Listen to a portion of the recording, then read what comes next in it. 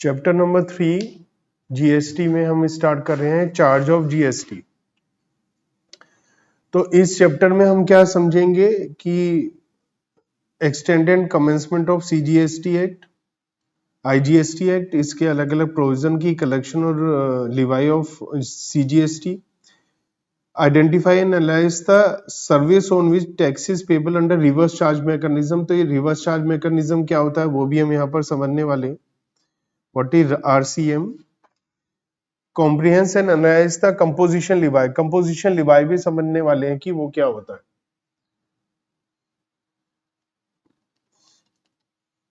तो सबसे पहले हम ये बात करें कि हमने ये फर्स्ट चैप्टर में सीखा था कि हम लोगों ने कॉन्स्टिट्यूशन में थोड़ा सा अमेंडमेंट किया और जीएसटी को अप्लाई किया था। जीएसटी हमारा 101 नंबर का कॉन्स्टिट्यूशनल अमेंडमेंट था, जिसकी वजह से हम जीएसटी गुड्स और सर्विस और बोथ पर लगा पाए। ठीक है, और बहुत सारे जो टैक्सेस थे वो सब मर्ज हो गए थे इसके अंदर। ये सब हमने चैप्टर नंबर 1 में पढ़ा है already. Very basis for the charge of tax में टैक्सेबल इवेंट होता है और जीएसटी में टैक्सेबल इवेंट होता है सप्लाई। ठीक है, तो वो चैप्टर नंबर 2 में हमने पढ़ा है व्हाट इज सप्लाई, कब कब जीएसटी टैक्सेबल होगा, तो वो डिटेल में हमने पढ़ लिया। देखिए, जब with in the same state, या तो स्टेट सेम है, मतलब जो स्टेट है उसी स्टेट में माल सप्लाई किया जाए या सर्विस सप्लाई करी जाए, या सेम यूटीजीएसटी में, यूनियन टेरिटरी में सेम यूटी में यूनियन टेरिटरी में माल सप्लाई किया जाए या सर्विस सप्लाई करी जाए, मतलब एक स्टेट से या एक यूनियन टेरिटरी से बाहर नहीं जा रहे हैं, तो जो भी जीएसटी होता है उसके दो पार्ट हो जाते हैं। 50% सीजीएसटी, 50% अगर वो स्टेट है तो एसजीएसटी, और अगर वो यूनियन टेरिटरी है तो यूटीजीएसटी। और अगर वहां से बाहर माल बेचा जाता है एक स्टेट से दूसरी स्टेट या यूटी में, एक यूटी से दूसरी यूटी या स्टेट में, तो वहां पर 100% जो जीएसटी होता है वो आईजीएसटी के रूप में लगता है। तो ये बात आपको पता हो गई होगी कि सेम स्टेट है या यूनियन टेरिटरी है तो जो भी जीएसटी है उसके दो पार्ट हो जाते हैं, हाफ हो जाता है सीजीएसटी और हाफ हो जाता है एसजीएसटी या यूटीजीएसटी। और वहीं पर अगर हमारा डिफरेंट स्टेट या यूटी हो जाता है तो हमारा जो भी जीएसटी है वो सारा का सारा आईजीएसटी में आ जाता है। ठीक है, जो सीजीएसटी के सारे प्रोविजंस हैं वो हमारे सीजीएसटी एक्ट 2017 में है, और आईजीएसटी के जो प्रोविजन है वो आईजीएसटी एक्ट 2017 में है। लिवाई और कलेक्शन से रिलेटेड जो है वो सीजीएसटी एक्ट सेक्शन 9 है और आईजीएसटी एक्ट सेक्शन 5। दोनों में सेम चीजें लिखी हैं, बस सेक्शन अलग अलग है।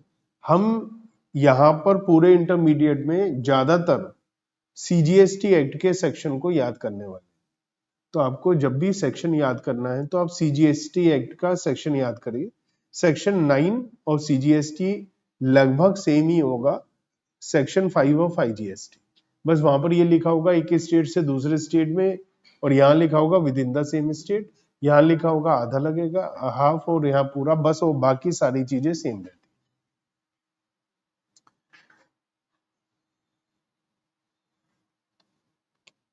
As a general rule, where the location of the supplier and the place of supply in the same state और यूनियन टेरिटरी, तो हम इसे इंट्रा स्टेट सप्लाई बोल देते हैं। मतलब सप्लायर कहाँ है और सप्लाई कहाँ है। अगर सप्लायर की लोकेशन और सप्लाई की लोकेशन सेम स्टेट या यूनियन टेरिटरी में है तो वो इंट्रा स्टेट सप्लाई कहलाती है। ऐसे ही लोकेशन ऑफ सप्लायर और प्लेस ऑफ सप्लाई अलग अलग स्टेट या अलग अलग यूनियन टेरिटरी या अलग अलग स्टेट या यूटी में है तो इसे इंटर स्टेट सप्लाई बोला जाता है। ये क्लियर है? प्लेस ऑफ सप्लाई का मतलब होता है कि आप जहां सप्लाई कर रहे हैं वो कौन सा है, और इसको हम चैप्टर 4 में पढ़ने वाले हैं डिटेल में, प्लेस ऑफ सप्लाई के बारे में कि प्लेस ऑफ सप्लाई क्या होगा, कब माना जाएगा, प्लेस ऑफ सप्लाई क्या माना जाएगा, और जो लोकेशन ऑफ सप्लायर है वो भी हम चैप्टर नंबर 4 में पढ़ने वाले हैं। ठीक है, कुछ डेफिनेशंस हैं वो बता रखी है यहाँ पर। डेफिनेशंस को एक बार आप देख लीजिएगा। ज्यादातर चैप्टर पूरे पूरे हर एक चैप्टर में जो जो डेफिनेशन यूज हुई है वो सब रिपीटेडली बार बार बताई जाती है, तो वो सेम आपको मालूम हर चैप्टर में सेम चल रही होती है, तो वो आपको देख लेना एक बार, सब में सेम ही होती है।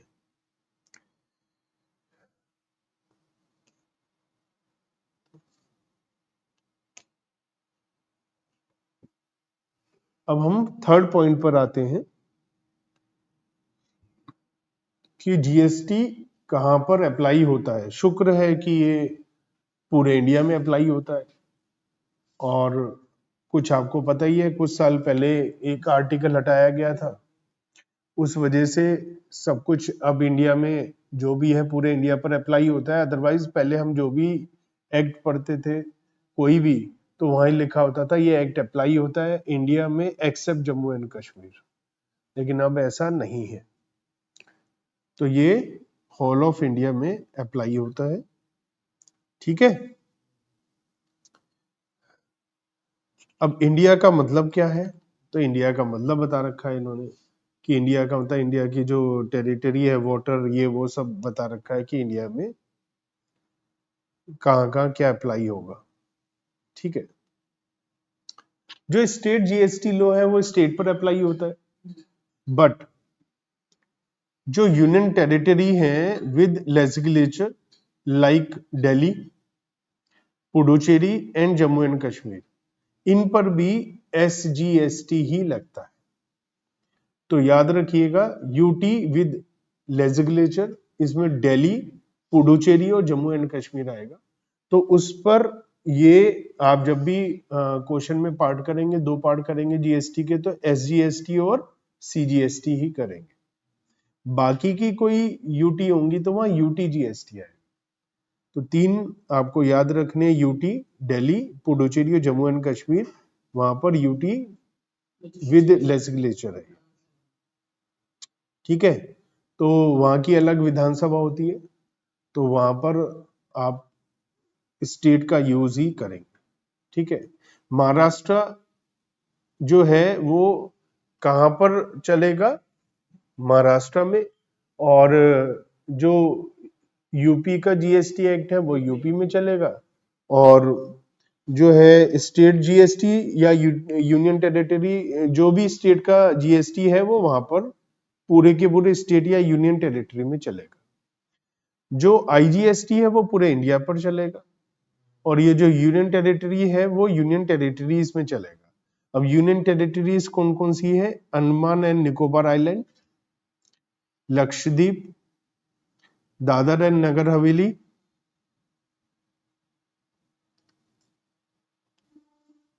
दमन एंड दीव, चंडीगढ़, और इसके अलावा और कोई भी है जहां पर यूनियन टेरिटरीज हैं विदाउट लेजिस्लेचर, वहां पर ये सब यूटी जीएसटी लगेगा। तो हमें क्या है, 5 याद रखनी है, Andaman Nicobar, Lakshadweep, Dadra and Nagar Haveli and Daman and Diu, Ladakh, Chandigarh और अदर टेरिटरी। तो देखो ऐसा सोचो आप घूमने के लिए प्लान बना रहे, तो अंडमान एंड निकोबार आइलैंड बहुत ही बढ़िया जगह है घूमने के लिए। ठीक है, और कुछ साल पहले अभी मोदी साहब लक्षद्वीप में भी गए थे, ताकि वहां पर भी लोग घूमने जाएं, तो घूमने के लिए दूसरी जगह कौन सी हो गई, लक्षद्वीप। लद्दाख भी लोग घूमने जाते हैं खूब, तो लद्दाख भी हो गई। और गुजरात में है दीव है, दमन दीव, ये वही है जो गुजरात में है या अलग है ये? हाँ, तो यहां पर ये मानो कि जब हम याद रखना है हमें, तो याद रखना है तो अंडमान निकोबार याद रहेगा, लक्षद्वीप याद रहेगा, लद्दाख याद रहेगा। तो इसके अलावा जो चंडीगढ़ है, हमें याद रहना चाहिए, चंडीगढ़ जो है वो हरियाणा और पंजाब दोनों की स्टेट है, वो कैपिटल है, सॉरी, दोनों स्टेट की कैपिटल है। तो वो भी है हमारा यूनियन टेरिटरी है, वहां पर कोई एक स्टेट का वो नहीं चलता है कानून, क्योंकि वो दोनों में आ जाता है। अब वहाँ चंडीगढ़ बहुत बढ़िया जगह है, आप कभी घूमने जाए तो बहुत बढ़िया जगह है। और हम ये मान सकते हैं दो दो स्टेट की कैपिटल है, तो वहां पर बहुत बढ़िया बना हुआ है, बहुत बढ़िया हवेली वगैरह भी है ये मानो। तो यहाँ से याद रखो कि भाई हम दादर एंड नगर हवेली है, और साथ में ही डी से है तो दमन एंड दीव है। तो इन्हें याद रखिए कि ये है हमारे पास। तो हमारा मेन जो है यहाँ पर लिखा है, जो स्टडी मटेरियल है वो हमारा केवल सीजीएसटी और आईजीएसटी पर ही सीमित है, क्योंकि जो स्टेट के जीएसटी है वो हमारे सिलेबस से बाहर की बातें हैं। तो हम अलग अलग स्टेट के बारे में पढ़ने वाले यहाँ पर नहीं है। चलिए अब हम बात करते हैं section number 9 of CGST act और सेक्शन 5 ऑफ आईजीएसटी एक्ट।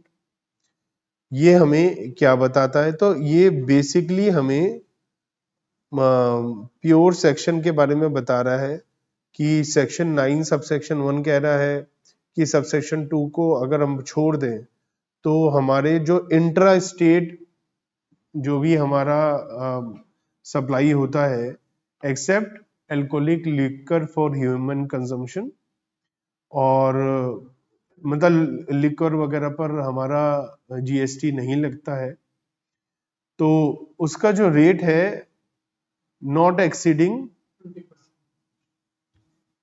20%, क्योंकि टोटल 40% है मैक्सिमम रेट, और यहाँ पर सीजीएसटी एक्ट हम पढ़ रहे हैं, इसमें आधा 20% लिखा हुआ है। इसके अलावा गवर्नमेंट चाहे तो वो लगा सकती है कुछ। और सेकंड पॉइंट में लिखा है कि गवर्नमेंट जब से रिकमेंड करेगी तब से जो है पेट्रोल वगैरह पर लगेगा।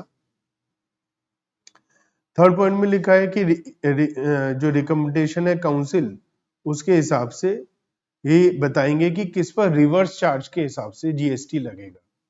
तो रिवर्स चार्ज क्या होता है, अभी हम वो भी पढ़ने वाले हैं। फोर्थ में लिखा है कि रिकमेंडेशन के हिसाब से ये बताया जाएगा कि अनरजिस्टर्ड सप्लायर वगैरह के केस में जब आप सप्लाई करते हैं तो उसमें कब ऐसा होगा कि क्लास ऑफ रजिस्टर्ड पर्सन वो जब किसी अनरजिस्टर्ड को सप्लाई करेंगे तो उन्हें रिवर्स चार्ज के हिसाब से कब होगा रिसीव करेंगे, तो ये रिवर्स चार्ज की कैटेगरी है। इन सारे सेक्शन को अभी हम दोबारा एनालिसिस में पढ़ने वाले हैं। और इसके अलावा फिफ्थ सबसेक्शन में बता रखा है इलेक्ट्रॉनिक, हमारा जो ऑपरेटर होते हैं, जैसे कोई टैक्सी है तो आप टैक्सी किसके हिसाब से चलाते हैं? आजकल बुकिंग कैसे होती है? ओला उबर होती है ना? तो ओला के थ्रू आप टैक्सी बुकिंग कराते हैं। तो आपने कुछ खरीदना है, अमेजोन फ्लिपकार्ट से खरीद रहे हैं, आपको होटल की बुकिंग करानी है, मेघमाई ट्रिप वगैरह से करा रहे हैं, आपको कुछ खाना लेना है, स्विगी जोमेटो से मंगा रहे हैं। तो ये सारी चीजों में आप जिससे असल में सर्विस ले रहे हैं उसकी बजाय जीएसटी के लिए लाइबल वो हो जाता है ऑपरेटर। तो उसके बारे में लिखा हुआ है सबसेक्शन 5 में। और फिर यही सेक्शन आईजीएसटी में सेक्शन 5(1) और इन सब में भी सेम यही सेक्शन लिखे हुए हैं। ठीक है, अब एनालिसिस की हम बात कर लेते हैं। तो सीजीएसटी कब लगेगा? With in the same state जब हमारी सप्लाई होती है तो वहां पर हमारा क्या लगता है? CGST और SGST, UTGST। तो यहां पर लिखा है कि जैसे जैसे मैनर बताया जाएगा, जो तरीका बताया जाएगा, उस हिसाब से आप कलेक्ट करेंगे। टैक्सेबल पर्सन ही करता है। Intra state supply of alcoholic liquor for human consumption वगैरह, ये सब हमारे आउटसाइड है ना। वैल्यू फॉर लिवाई, जो वैल्यू होगी जिसके ऊपर जीएसटी लगेगा वो हम चैप्टर 7 में पढ़ेंगे कि कौन सी वैल्यू है जिसके ऊपर जीएसटी लगता है। वैल्यूएशन हम चैप्टर नंबर 7 में पढ़ेंगे। रेट अलग अलग होता है हर चीज पर, लेकिन मैक्सिमम सीजीएसटी का रेट 20% इन्होंने बोल रखा है फिलहाल। जब एक स्टेट से दूसरी स्टेट में सप्लाई होगी तो ऐसी सिचुएशन में हमारे को आईजीएसटी लगेगा ट्रांजैक्शन वैल्यू पर, वही जो वैल्यू है उस पर, वैल्यू ऑफ सप्लाई पर। लेकिन जो पेट्रोलियम प्रोडक्ट्स हैं उनके ऊपर जब रिकमेंडेशन होगा तब से अप्लाई होगा। अभी जीएसटी के दायरे में तो है लेकिन जीएसटी लगता नहीं। जो अल्कोहल है फॉर ह्यूमन कंजम्पशन वो तो जीएसटी के दायरे से बाहर है, ये जीएसटी के अंदर है बट अभी जीएसटी लगता नहीं। अब हम बात करते हैं रिवर्स चार्ज के हिसाब से क्या होता है रिवर्स चार्ज और कैसे उस पर जीएसटी लगता है। देखिए होता क्या है, एक सप्लायर है और एक रेसिपिएंट है, मतलब सेलर और परचेजर आप कह सकते हो। तो होता क्या है, सेलर ने 10,000 रुपए का सामान बेचा,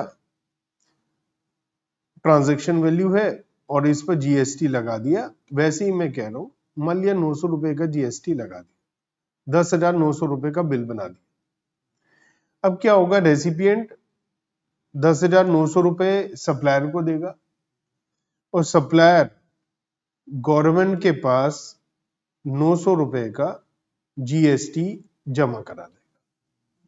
ये है फॉरवर्ड चार्ज जो नॉर्मली होता है। ये फॉरवर्ड चार्ज है जो नॉर्मली होता है।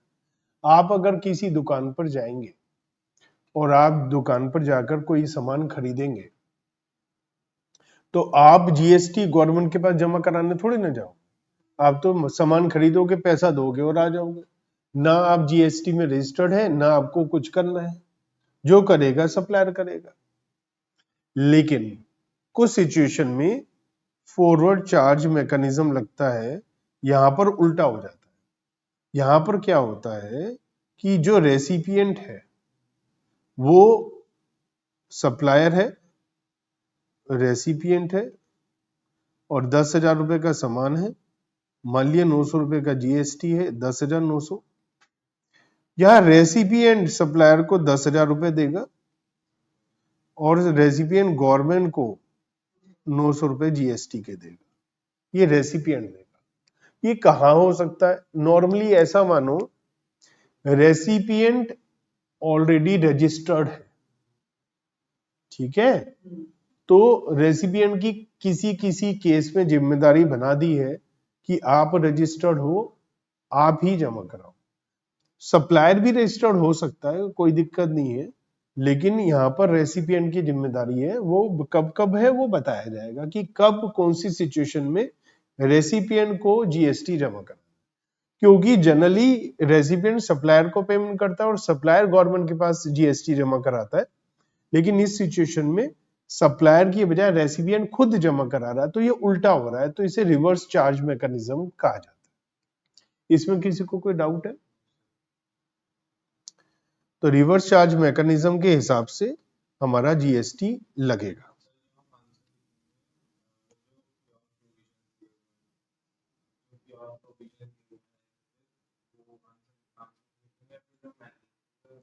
प्योर प्रोविजन अगर आपके बस की है याद करना एग्जैक्टली तो उससे अच्छा कुछ हो नहीं सकता, लेकिन वो आप कर नहीं पाएंगे यार। तो आपको सेक्शन लिखना और उसमें क्या लिखा है वो अपनी नॉर्मल लैंग्वेज में लिखिए। ठीक है, आपको प्योर सेक्शन की लैंग्वेज लिखना जरूरी नहीं है, बट सेक्शन सही होना चाहिए, सेक्शन नंबर सही होना चाहिए और जो चीज लिख रहे हैं वो भी सही उस क्वेश्चन से रिलेटेड होनी चाहिए। ठीक है, प्योर एग्जैक्टली सेक्शन लिखना जरूरी नहीं होता है कभी भी। Supply of specific category of goods और सर्विस और both by an unregistered supplier to specified class of registered person as notified by the government on recommendation of GST Council। अब कुछ स्पेशल गुड्स हैं या सर्विसेज हैं जो unregistered supplier दे रहा है। अब अनरजिस्टर्ड सप्लायर दे रहा है तो वो तो जीएसटी कलेक्ट कर ही नहीं सकता है, क्योंकि जीएसटी कलेक्ट केवल और केवल रजिस्टर्ड सप्लायर ही कर सकता है। लेकिन वो दे रहा है जिसको वो रेसिपिएंट रजिस्टर्ड है, तो गवर्नमेंट कह सकती है इस सिचुएशन में कि जो ऐसे वाले रजिस्टर्ड हैं वो वाले लोग in specified category of goods, तो कुछ स्पेशल कैटेगरी है गुड्स सर्विस या दोनों का, वहां पर अनरजिस्टर्ड सप्लायर होगा, registered specified class of registered person, तो specified class of registered person recipient होंगे और वहां पर रिवर्स चार्ज मैकेनिज्म लगेगा। तो ये नोटिफाइड करेगी government on recommendation of GST council कि कब ऐसी सिचुएशन में रिवर्स चार्ज लगेगा। तो रिवर्स चार्ज मैकेनिज्म अभी अभी हमने देखा, यहां पर लिखा है एक तो लगेगा supply of such good service और both as notified by the government. कुछ सिचुएशन में तो ये कह देंगे इन गुड्स सर्विस पे रिवर्स चार्ज लगेगा, तो वो कोई भी सप्लाई करेगा, चाहे वो जो सप्लाई कर रहा है गुड सर्विस चाहे वो रजिस्टर्ड है नहीं है उसकी बात ही नहीं है, उस पर नोटिफाई कर रहा है तो वहां पर आरसीएम की बात है। और दूसरा है स्पेसिफाइड क्लास ऑफ गुड्स और सर्विसेज, जहां पर कोई अनरजिस्टर्ड, यहां कंपल्सरली अनरजिस्टर्ड सप्लायर ही होना चाहिए और specified class of registered person होने चाहिए वहां पर। तो दो अलग अलग कैटेगरी इन्होंने बताई। तो ये दो सिचुएशन है जहां पर ये बताया है all the provision of CGST IGST act shall apply to the recipient in aforesaid cases if he is the person liable for paying the tax in relation to the supply of goods service or both। तो पहले हम ये समझते हैं reverse charge mechanism होता क्या, जो मैंने आपको बताया। यहाँ लिखा है जनरली कि सप्लायर ही जीएसटी देता है लेकिन रिवर्स चार्ज में रेसिपिएंट जीएसटी जमा कराता है। ठीक है, तो ये बात बता दी इन्होंने। ठीक है, जीएसटी एक इनडायरेक्ट टैक्स है। ठीक है, और यहाँ नॉर्मली क्या होता है, सारा का सारी लाइबिलिटी जो होती है वो सप्लायर की होती है, लेकिन रिवर्स चार्ज में क्या होगा, रिवर्स चार्ज में स्टैट्यूटरी लाइबिलिटी ना केवल जीएसटी डिपॉजिट कराने की है बल्कि कंप्लायंस रिक्वायरमेंट भी रेसिपिएंट के ऊपर हो जाएंगी। रेसिपिएंट ही कंप्लायंस रिटर्न वगैरह सब जमा करेगा। तो रिटर्न ये जो जीएसटी है रिवर्स चार्ज में, इसमें दो सिनेरियो क्या, फर्स्ट सिनेरियो क्या है, supply of specified category of goods और सर्विसेज। ठीक है, और वो कहां बताया है, सेक्शन 9(3) में। और दूसरा सेकंड सिनेरियो है specified category of good service by unregistered supplier, ये सेक्शन 9(4) में बता रखा है। तो आपको बेसिकली सेक्शन 9(3) एंड सेक्शन 9(4) इसके हिसाब से आपको याद रखना है, ये 9(3) और 9(4). ठीक है, वो सेक्शन 5 आईजीएसटी एक्ट का सेक्शन 5 सब सेक्शन 3 और सेक्शन 5 सब सेक्शन 4 है। मेरी राय मानिए आप केवल सीजीएसटी का सेक्शन याद रखिए। ठीक है, तो सेक्शन 9 सब सेक्शन 3 क्या कह रहा है, रिवर्स चार्ज के हिसाब से supply of goods where tax is payable by the recipient, ये क्या है, कुछ ऐसे सप्लाई ऑफ गुड्स की बात हो रही है जहां पर आरसीएम लगेगा। इसमें कुछ गुड्स हैं जैसे cashew nuts, bidi wrapper leaves, tobacco leaves and raw cotton. अब क्या है, जनरली ये सारी चीजें किसान, गांव के गरीब लोग वगैरह कंपनी वगैरह को सप्लाई करते हैं। जिस कंपनी इंडस्ट्री को वो सप्लाई कर रहे हैं वो तो रजिस्टर्ड है ही जीएसटी में, लेकिन जो ये गरीब लोग, अब तंबाकू है या फिर बीड़ी है, बीड़ी के लिए एक बताओ, बीड़ी के लिए पत्ते में लपेट कर बीड़ी बनाई जाती है, पत्ते कौन देंगे, वो गांव से इकट्ठा इकट्ठा करके लाएंगे। तो इन सब चीजों के ऊपर इन्होंने किसकी जिम्मेदारी डाल दी, हमेशा याद रखना आरसीएम में जिम्मेदारी रेसिपिएंट की तभी होगी जब वो बड़ा इंसान होगा in compare to supplier. Supplier छोटा इंसान है, रेसिपिएंट बड़ा इंसान है, तभी आरसीएम का टॉपिक और लॉजिक आएगा। तो सप्लाई ऑफ लॉटरी,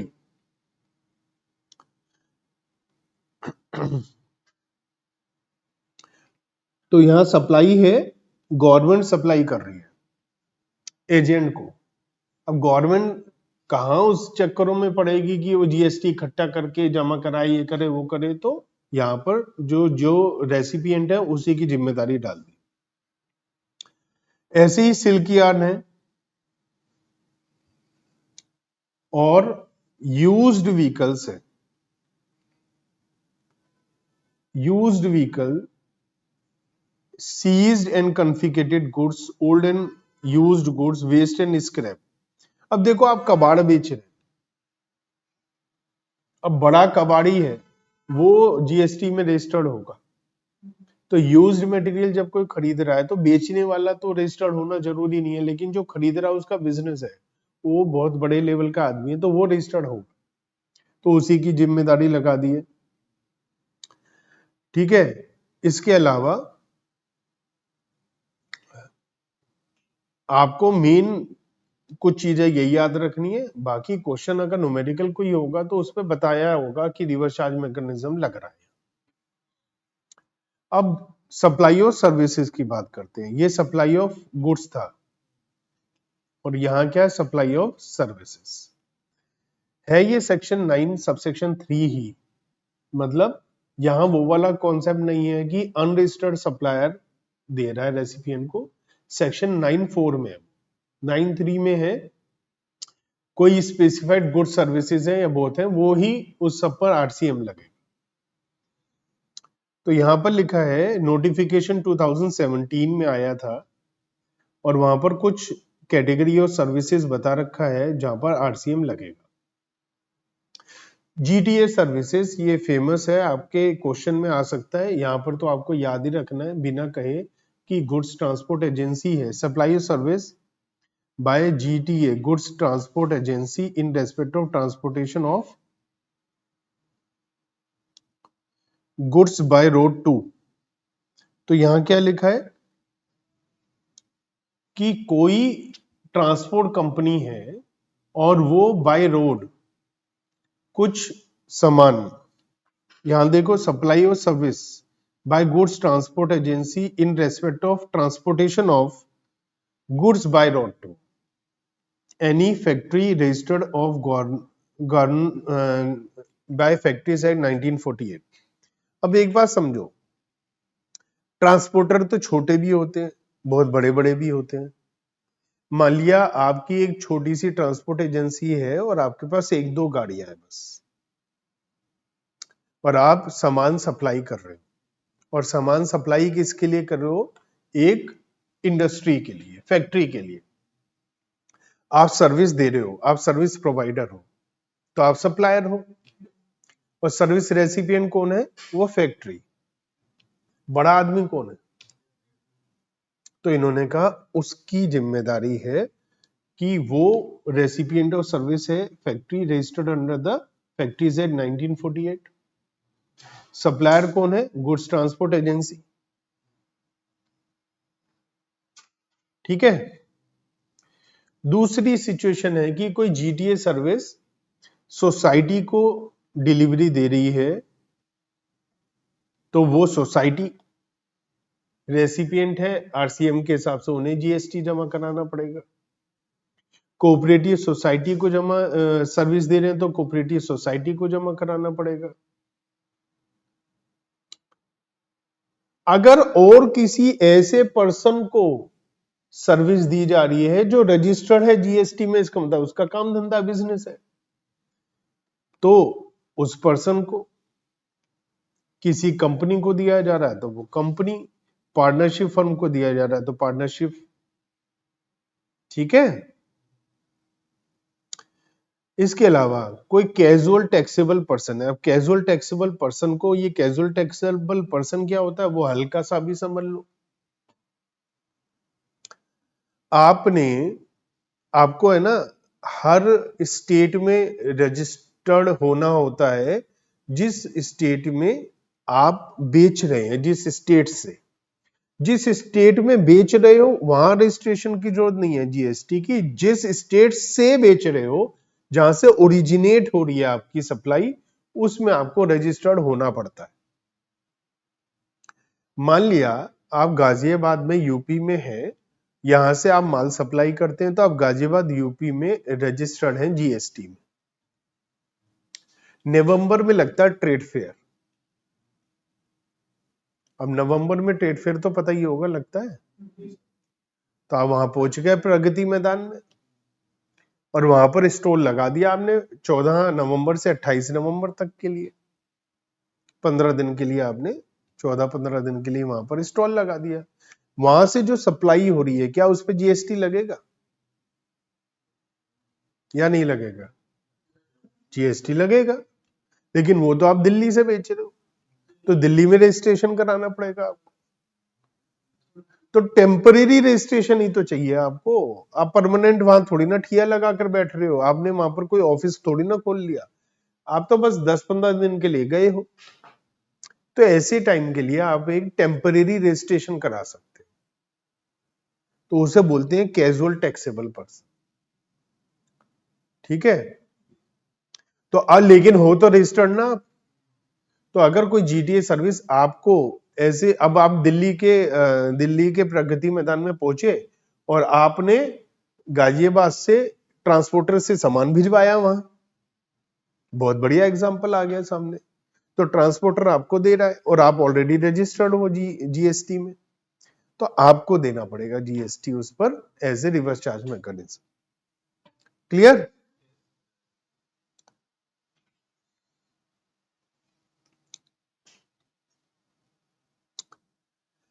लेकिन ऐसा नहीं है कि इसके एक्सेप्शन नहीं है, एक्सेप्शन भी इसके हैं। However, reverse charge mechanism shall not apply to service provided by GTA by transport of goods in a goods carried by road to government को, लोकल अथॉरिटी या गवर्नमेंट एजेंसी को दे रहा है, तो वहां पर ऐसी रिवर्स चार्ज नहीं लगे। ठीक है। तो अगर वो गवर्नमेंट को ही सप्लाई कर रहा है तो वहां पर रिवर्स चार्ज नहीं लगेगा। ठीक है। और इसके अलावा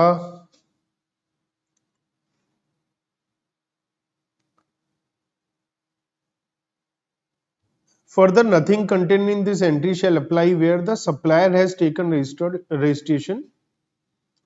अब देखो ये बहुत इंपॉर्टेंट बात है। गुड्स ट्रांसपोर्ट एजेंसी है वो रजिस्टर्ड है। ठीक है। और अच्छा, गवर्नमेंट ने रिवर्स कॉन्सेप्ट समझो, गवर्नमेंट ने रिवर्स चार्ज मैकेनिज्म क्यों बनाया?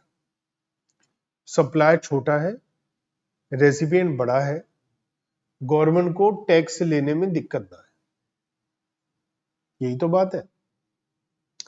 लेकिन मेन पर्पस गवर्नमेंट का क्या है? टैक्स लेना।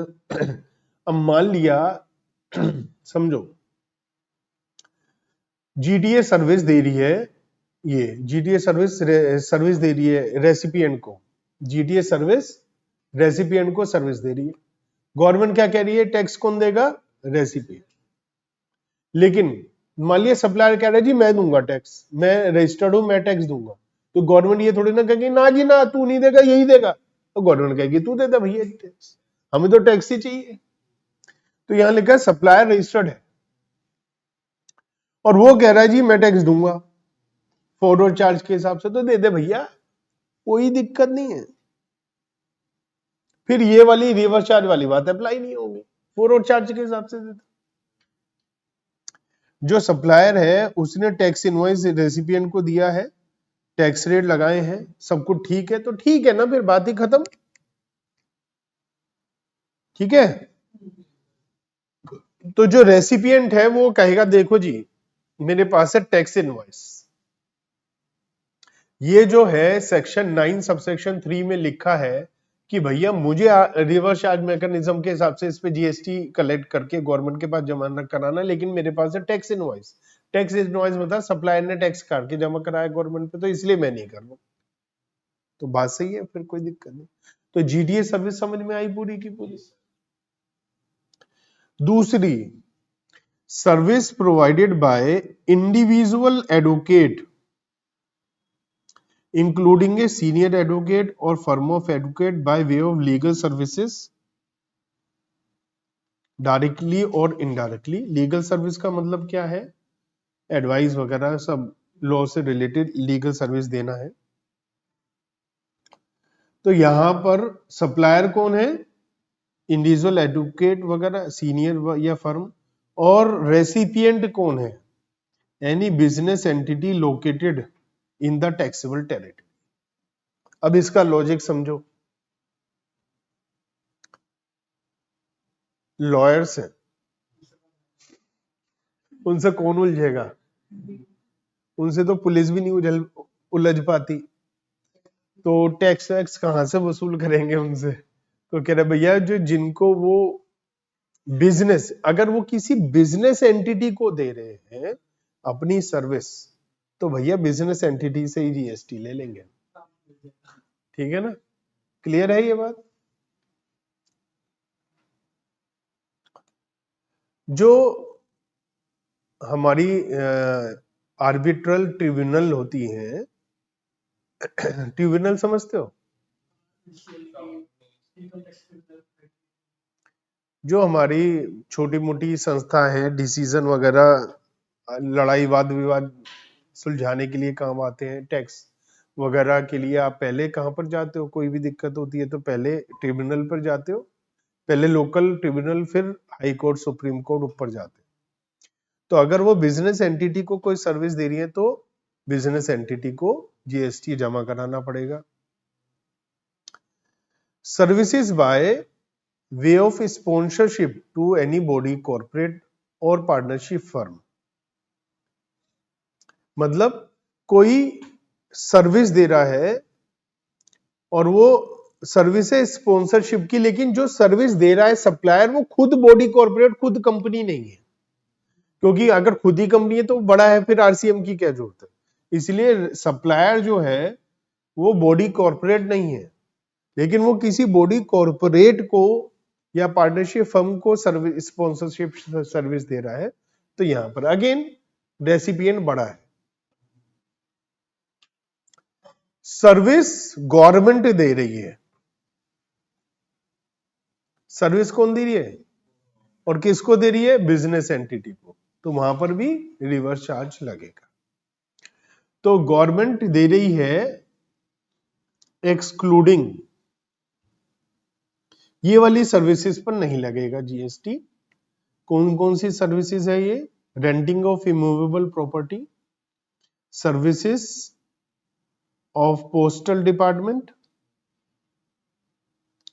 Ministry of railways, aircraft, service in relation to aircraft और वेसल, और ट्रांसपोर्ट ऑफ गुड्स और पैसेंजर। इन सब के अलावा और कोई सर्विसेज हैं किसी बिजनेस एंटिटी को, तो उस पर जीएसटी लगेगा रिवर्स चार्ज के हिसाब से। अब अलग से इन्होंने कह दिया है, यहां पर क्या है, बिजनेस, यहां पर क्या लिखा है, बिजनेस एंटिटी।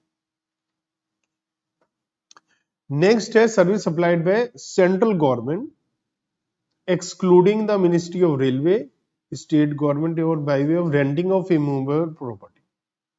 तो renting of immovable property fifth point में हटाया था, अलग से पॉइंट में डाल दिया, और यहां पर ये लिखा है कि किसी भी रजिस्टर्ड को अगर ये दे रहे हैं तो उस रजिस्टर्ड रेसिपिएंट को जीएसटी देना पड़ेगा। और यहां पर लिखा है कि रेजिडेंशियल ड्वेलिंग रेजिडेंशियल कोई रेंटिंग हो रही है हाउस की, तो रजिस्टर्ड पर्सन को जीएसटी देना पड़ेगा। सप्लायर यहां पर कौन है? कोई भी हो सकता है। इसका मतलब क्या हुआ? इसका मतलब आप किराए के मकान में रह रहे हैं, आप कौन है? किराएदार। आप सर्विस ले रहे हो या दे रहे हो? आप किराएदार हैं, सर्विस ले रहे हैं आप। ठीक है, तो ऐसी सिचुएशन में आप अगर जीएसटी में रजिस्टर्ड हैं तो आप पर क्या लग जाएगा? जीएसटी रिवर्स चार्ज के हिसाब से। ठीक है, अदर देन रेजिडेंशियल है तो service by renting of any immovable property other than residential. ठीक है, और सप्लायर कौन है? अनरजिस्टर्ड। और रेसिपिएंट कौन है? रजिस्टर्ड। तो उसे क्या देना पड़ेगा? जीएसटी। लेकिन वो कंपोजिशन स्कीम का नहीं होना चाहिए। कंपोजिशन स्कीम क्या होता है? बेसिकली कंपोजिशन स्कीम में मैं बहुत छोटा सा काम धंधे करने वाला दुकानदार हूं और मैं ये रिटर्न पिटर्न, tax invoice, input tax, credit, भैया मेरे बस की नहीं है। मुझे अलग से आदमी रखना पड़ेगा, मेरे पे इतने पैसे नहीं है, इतनी झंझटबाजी नहीं करना चाहता। तो मैं क्या कर सकता हूं, और मेरा बहुत ज्यादा आईटीसी होता नहीं है मान लिया, ठीक है, तो मेरे को ये कहा गया आपको हम बहुत ही कम आपके ऊपर जीएसटी लगाएंगे। उससे क्या होगा, मान लिया आप मेरा पड़ोसी हैं और आप 18% जीएसटी लगाते हो, मेरे पे मान लिया 3% ही लगना है बस, तो मैं आपसे कंपटीशन में आ जाऊंगा। वो 3% तो मुझे अपनी जेब से देना पड़ेगा क्योंकि मुझे कोई भी आईटीसी क्रेडिट नहीं मिलेगा। लेकिन एक लिमिट की है सेल तक। एक छोटे दुकानदार है, मान लिया 1 करोड़ की, मान लिया 1-2 करोड़ की सेल तक मैं चाहूं तो कंपोजिशन स्कीम ले सकता हूं। तो उस सिचुएशन में क्या होगा, अब मैंने कंपोजिशन लिया है तो ऐसी सिचुएशन में मैं तो अपनी जेब से जीएसटी डालता हूं, तो इन्होंने कहा कि फिर ऐसा नहीं लगेगा। ठीक है, services by a director of company to the company. तो ऐसी सिचुएशन में सर्विस कौन दे रहा है और रेसिपिएंट कौन है? बड़ा कौन है? तो उसके लिए है। ठीक है, इंश्योरेंस एजेंट इंश्योरेंस कंपनी को एजेंसी सर्विस दे रहा है, बड़ा कौन है?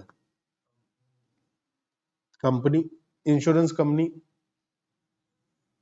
बैंक या फाइनेंशियल इंस्टीट्यूशन ने किसी को लोन दिया और वो लोन रिकवर नहीं हो पा रहा है, तो ये रिकवरी एजेंट को भेजते हैं। तो सर्विस कौन दे रहा है? किसको दे रहा है? बड़ा कौन है? Banking services.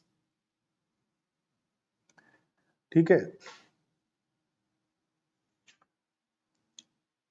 Music company T series ने किसी से कहा, सिंगर से, कि तुम हमारे लिए गाना गाओ। सर्विस कौन दे रहा है? किसे दे रहा है? बड़ा कौन है? तो उसका कह दिया। ठीक है,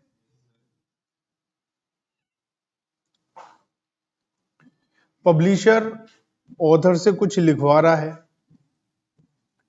तो बड़ा कौन है? पब्लिशर। तो वहां पर उसे दे रहा है, देने का है ना। ऑथर के पास ऑप्शन है, वो चाहे तो फॉरवर्ड चार्ज के हिसाब से जीएसटी जमा करा सकता है, जैसे हमने जीटीए में पढ़ा था। ठीक है, अब कोई आरबीआई की कमेटी के मेंबर आरबीआई को सर्विस दे रहे हैं, तो बड़ा आरबीआई है, तो आरबीआई। ठीक है, again services provided by direct selling agent. Agent वगैरह हैं जो कोई बैंक वगैरह का सामान बिकवा रहे हैं या कुछ करा रहे हैं, तो अगेन बैंकिंग कंपनी वगैरह उसके लिए लाइबल हो जाएगी। ऐसे ही बैंक अगर किसी बिजनेस फैसिलिटेटर से, मतलब उन्होंने कहा हम ब्रोकरेज वगैरह देंगे, अब हमें काम ला कर दीजिए, तो वहां पर भी सेम यही बात हो रही है। तो बिजनेस के एजेंट वगैरह हैं, तो बिजनेस जो बड़े लोग हैं उन्हें जीएसटी जमा कराना है। सिक्योरिटी सर्विसेज होती है ना, तो सिक्योरिटी सर्विसेज, मान लिया एक कंपनी ने अपने यहां सिक्योरिटी सर्विसेज रख दी, ठीक है, तो सिक्योरिटी एजेंसी क्या, सिक्योरिटी गार्ड वगैरह होते हैं, तो वो अनटिल अनलेस वो बॉडी कॉर्पोरेट बहुत ही बड़ी सिक्योरिटी एजेंसी है वो बात नहीं हो रही। लेकिन अगर नॉर्मल सिक्योरिटी एजेंसी है तो वो छोटे मोटे लोग होते हैं, 10-12-15 हजार में एक सिक्योरिटी गार्ड महीने भर के लिए आता है। तो वो कंपनी को सबके पास सिक्योरिटी होती है सर्विसेज ज्यादातर, तो ऐसी सिचुएशन में जो बिजनेस सिक्योरिटी ले रहा है वो जीएसटी जमा करा देगा, ठीक है। लेकिन गवर्नमेंट को सर्विसेज मिल रही है तो वहां गवर्नमेंट नहीं करेगी ये सारे काम, नहीं तो गवर्नमेंट इस झंझट में आ जाएगी, ठीक है।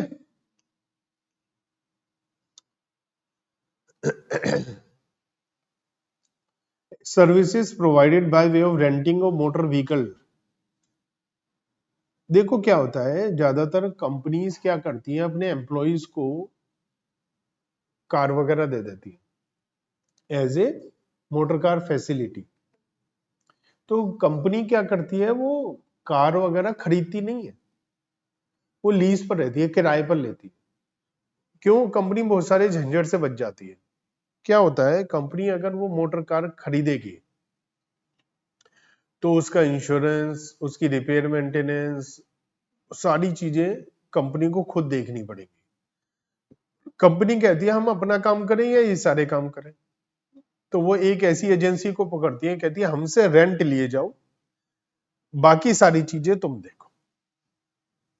तो अब क्या हुआ, मेरी कंपनी है, मैंने अपने एम्प्लॉइज के लिए या मेरे अपनी कंपनी में काम करने के लिए मुझे गाड़ी चाहिए, मैंने 10 कार ले ली उससे। अब सर्विस कौन दे रहा है, वो जो गाड़ी दे रहा है मुझे, वो सर्विस दे रहा है मुझे। रेसिपिएंट मैं हूं, लेकिन मैं बड़ा हूं, मैं इसलिए मेरे ऊपर जिम्मेदारी डाल दी कि मैं उस पर जीएसटी जमा कराऊं, ठीक है। Service provided by way of renting of any motor vehicle design to carry passenger where the cost of fuel is included. अब ये इन ए कंसिडरेशन, अब जो मैंने एग्जांपल दिया था, सॉरी मैंने थोड़ा गलत एग्जांपल दे दिया, सही एग्जांपल ये है कि मान लिया मैंने किसी ट्रांसपोर्ट एजेंसी से कहा कि हमारे कंपनी में आज हम आगरा घुमाने के लिए जा रहे हैं, स्टाफ को 10 एक टेम्पो ट्रेवलर दे दो हमें चाहिए। अब टेम्पो ट्रेवलर में तय हो गया और उन्होंने कहा कि हम 10,000 रुपए लेंगे, पेट्रोल इंक्लूडेड है। यही होता है, पेट्रोल के पैसे अलग से तो हम देते नहीं है, पेट्रोल तो इंक्लूडेड होता है। तो ये कह रखा है, ऐसी सिचुएशन में वो कंपनी को जीएसटी देना पड़ेगा। Any person other than a body corporate who supply services doesn't issue an invoice charging CGST. तो यहां पर बेसिकली बात यह है कि हम घूमने घामने के लिए ले रहे हैं, क्योंकि जब घूमने घामने के लिए लिया जाता है तभी उसमें फ्यूल इंक्लूडेड होता है, कि हमारा तय होता है कि हमें इतनी दूरी तक जाना है और वो पैसे होते हैं, ठीक है।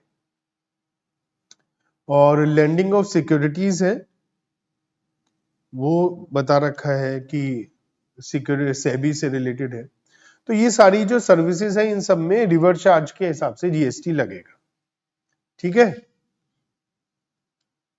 Any service supply by person who is located in non taxable territory to any person located in taxable territory other than non-taxable online recipient location. Thus, in case of import or service, tax is payable by the person importing such services.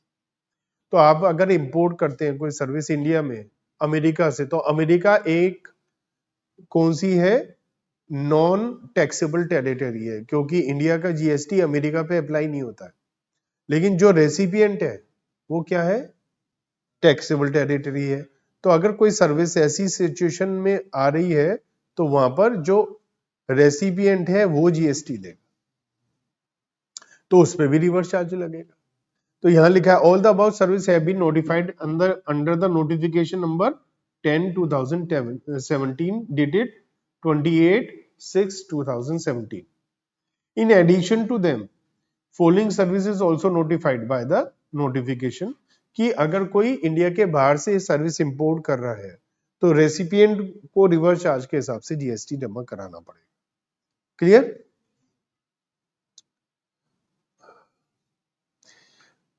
और इसके लिए बता रखा है the purpose of the notification notifying the above services under reverse charge following explanation shall apply. The person who pays और is liable to pay freight for the transportation of goods by roads in the goods carriage located in taxable territory shall be treated as who receive the service। तो recipient कौन है? तो लिखा है अगर कोई GTS में कौन है रेसिपिएंट? फ्रेट कौन दे रहा है? जो फ्रेट दे रहा है उसे हम क्या मानेंगे? जो लाइबल टू पे फ्रेट। दे नहीं रहा, जो लाइबल है। मतलब अगर मान लिया एक कंपनी लाइबल है, वो अपने किसी एम्प्लॉय से कह देगी दे दे, तो एम्प्लॉय नहीं है, लाइबल कौन है? कंपनी। तो कंपनी को देखेंगे। जहां बार बार वर्ड हो रहा है यूज बॉडी कॉर्पोरेट, तो बॉडी कॉर्पोरेट का मतलब कंपनी। ठीक है? और सब नॉर्मल वो बता रखी है डेफिनेशंस। तो हमने ये देख लिया कि कौन कौन सी सिचुएशन में हमारी जीएसटी लगेगा। जीटीए सर्विसेज पर 2 रेट है। गुड्स ट्रांसपोर्ट एजेंसी में 2 रेट है। एक क्या है? फॉरवर्ड, और एक क्या है? Reverse charge mechanism. तो यहां लिखा है जीटीए पर 5% का रेट है। GTA has not taken the ITC on goods services used in supplying GTA services. जहां पर वो कह रहा है मैं फॉरवर्ड चार्ज के हिसाब से जीएसटी दूंगा, जहां पर वो क्या कह रहा है? मैं फॉरवर्ड चार्ज के हिसाब से जीएसटी दूंगा, और वो आईटीसी नहीं ले रहा है, तो क्या रेट है? 5%। दूसरा है 12%, जहां पर जीटीए कह रहा है कि मैं जीएसटी फॉरवर्ड चार्ज के हिसाब से दूंगा, लेकिन वो आईटीसी ले सकता है। तो आईटीसी लेकर 12% का जीएसटी, आईटीसी ना लेकर 5% का जीएसटी। ठीक है? तो यहां पर बता रखा है, देखो रजिस्टर्ड जीटीए है, वो कह रहा है मैं खुद जीएसटी दूंगा। ठीक है? तो उसके पास 2 रेट है, या तो 12 या 5। 12% कब होगा? जब वो आईटीसी लेगा। ठीक है? और आईटीसी नहीं लेगा तो 5%। ठीक है?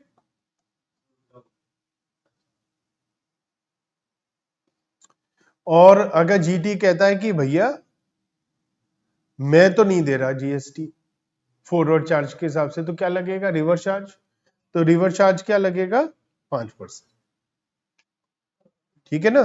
क्योंकि जो रीजन क्या है, देखो जो रेसिपिएंट है रिवर्स चार्ज वाले के हिसाब से, रेसिपिएंट सप्लाई नहीं है, रेसिपिएंट सप्लाई नहीं है, वो तो बस जीएसटी जमा करा रहा है। तो जब भी आरसीएम होगा तो आईटीसी नहीं होगा। समझो, मेरी बात ध्यान से समझो। ये सप्लायर है, ये बहुत ध्यान से समझना मेरी बात। सप्लायर रेसिपिएंट को सामान सप्लाई कर रहा है, या गुड सप्लाई कर रहा है, सर्विस सप्लाई कर रहा है। तो अगर ये फॉरवर्ड चार्ज है तो आईटीसी लेगा कौन? सप्लायर। लेकिन अगर ये रिवर्स चार्ज है तो गवर्नमेंट के पास जमा कौन करा रहा है? रिवर्स चार्ज मैकेनिज्म के हिसाब से ये गवर्नमेंट के पास जमा करा रहा है। अब ये रेसिपिएंट जब गवर्नमेंट के पास जमा करा रहा है तो ये एज ए सप्लायर जमा नहीं करा रहा है, एज ए सप्लायर नहीं करा रहा है, एज ए रेसिपिएंट करा। ठीक है ना?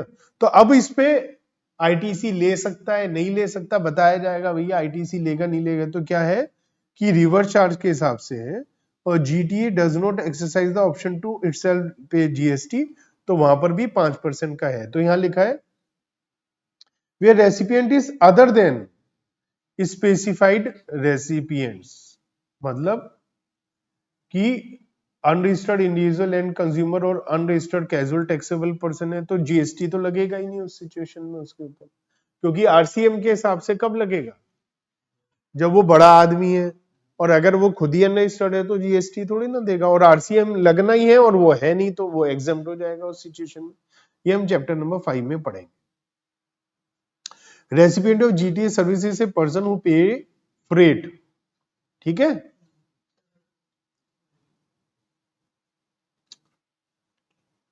Person liable to pay GST on renting of motor vehicle services, जहां पर कॉस्ट ऑफ फ्यूल इंक्लूडेड है, तो वहां पर भी है 5%, ठीक है। वहां पर लिमिटेड आईटीसी मिलेगा उसे, सेम सर्विस सेम बिजनेस का लिमिटेड आईटीसी मिलेगा तो 5%, और 12% है अगर वो कोई रेस्ट्रिक्शंस नहीं है, ठीक है। यहां पर इसके बारे में समझा रखा है। RCM is applicable here only when the supplier does not issue invoice charging GST. अगर RCM कभी तभी तो लगेगा जब सप्लायर जीएसटी नहीं लगा रहा है। अगर सप्लायर जीएसटी लगा रहा है तो RCM थोड़ी ना लगेगा भाई, वो लगा रहा है फॉरवर्ड और उसमें दोबारा से थोड़ी ना लगेगा। तो इसमें लिखा है now there may arise doubt as to whether RCM is applicable on service of renting a motor vehicle designed to carry passenger or service of transportation of passenger. So it is clarified that there is a clear distinction between the two services. Service of renting of motor vehicle designed to carry passenger ये एक अलग है, और दूसरा service of transportation of passenger ये अलग है। Service of transportation of passenger क्या, मेरी बस चल रही है, मैं लोगों को ले जाता हूँ, वो क्या है service of transportation of passenger. एक क्या है, मैं अपनी गाड़ी आपको किराए पर दे रहा हूं और आप उसे चला रहे हैं, वो है service of renting of motor vehicle. तो दोनों अलग अलग है। Service of renting of motor vehicle में क्या होता है, रेंटिंग ऑफ व्हीकल है ना, for a period of time, जहां पर व्हीकल कम्युनिकेट होगी, रूट वगैरह चलेंगे, पैसेंजर ट्रांसपोर्ट व्हीकल। तो where the body corporate hire the motor vehicle employ वगैरह के लिए, है ना, फॉर ए पीरियड ऑफ, जैसे बस वगैरह स्कूल में बस चला रहे हैं, बस उन्होंने ले लिया, अब बस चल रही है, रूट पर चल रही है, बच्चों को छोड़ रही है, ले जा रही है, तो वो क्या है service of renting of motor vehicle design to carry passenger, ठीक है। तो यहां पर जिस बॉडी कॉर्पोरेट को दिया उससे रिवर्स चार्ज के हिसाब से जीएसटी इस पे देना पड़ेगा, ठीक है। Where the body corporate avail the passenger transport service for a specific journey and does not take vehicle on rent for particular period of time, the service would fall under passenger transport service. जैसे मान लिया हमने आगरा घूमने गए, बस उसके लिए हमने लिया, हम ऐसा नहीं कर रहे एक महीने के लिए गाड़ी ली है, पूरे साल भर के लिए ली है। तो यहाँ लिखा है and the body corporate shall not be liable to pay GST on the same as RCI. तो taxability of remuneration to director, यहां पर भी हमने पढ़ा था कि डायरेक्टर सर्विसेज दे रहा है और वहां पर कौन जीएसटी देगा, कंपनी देगी। तो इंडिपेंडेंट डायरेक्टर है, एम्प्लॉय नहीं है, एज ए एम्प्लॉय नहीं है, क्योंकि एम्प्लॉय अगर देता है सर्विसेज तो वो एग्जेम्प्ट होती है ना। तो स्केड्यूल 3 के बाहर होगा अगर वो as a independent director services दे रहा है, एज ए एम्प्लॉय नहीं दे रहा। ये क्लियर है। और इसे आप डिटेल में एक बार पढ़ लेना, ठीक है। और यहां पर लिखा है DDA not a local authority under GST law. As seen earlier, tax on service supplied by local authority to business entity is payable under reverse charge. The issue which arose for consideration, ये मे भी आपकी study में ना हो, bold में है तो नया है, देख लो स्क्रीन पर। The issue which arose for consideration was whether DDA can be treated as a local authority under GST law. तो ये क्लैरिफाई किया गया कि local authority means authority which is similar to the elected self governing body such as municipal committee and which is under the control municipal local fund local authority. DDA cannot be treated as local authority under GST as DDA does not meet the requirement of local authority. तो एक रखा है कि DDA नहीं है local authority, ये याद रखना है, ठीक है। इकोनॉमिक इलेक्ट्रॉनिक कॉमर्स ऑपरेटर, अब देखो एक टैक्सी ड्राइवर है, आप गए, टैक्सी ड्राइवर ने आपको सर्विस दी, सप्लायर कौन है, अब वो जीएसटी थोड़ी ना बेचारा जमा कराने जाएगा, ठीक है ना। आप भी रिवर्स चार्ज के हिसाब से थोड़ी ना जमा कराने जाओ। तो ओला उबर जो है वो मेन खिलाड़ी है तो वो देगा ना, ठीक है। तो यहां पर ये बात समझ में आ गई आपको, वो देगा। तो इलेक्ट्रॉनिक कॉमर्स ऑपरेटर है वो जीएसटी जमा कराएगा। कोई भी सामान अगर रेडियो टैक्सी वगैरह हो गया, ओमनी बस वगैरह हो गया, होटल में बुकिंग हो रही है तो मेक माई ट्रिप वगैरह के थ्रू, है ना। हाउस कीपिंग सर्विसेज है, अर्बन क्लैप वगैरह हो गया, रेस्टोरेंट सर्विसेज है, तो इन सब पे इलेक्ट्रॉनिक कॉमर्स ऑपरेटर के थ्रू जीएसटी जमा होगा, ठीक है। ये सब इनके मीनिंग बता रखे हैं, क्या मीनिंग होते हैं, ठीक है। तो एक बार इसकी रीडिंग कर लेना, और जो फालतू की चीजें हैं उनको एक बार तो जरूर पढ़ ही लेना फिर भी, ठीक है। इसके बाद हम बात करते हैं, ये हो गया क्लासिफिकेशन ऑफ गुड्स, ये नेक्स्ट क्लास से पढ़ेंगे हम। क्लासिफिकेशन ऑफ गुड्स कैसे होता है, सर्विसेज कैसे होता है, कंपोजिशन स्कीम क्या होती है, ये सब कुछ हम नेक्स्ट क्लास में पढ़ लेंगे।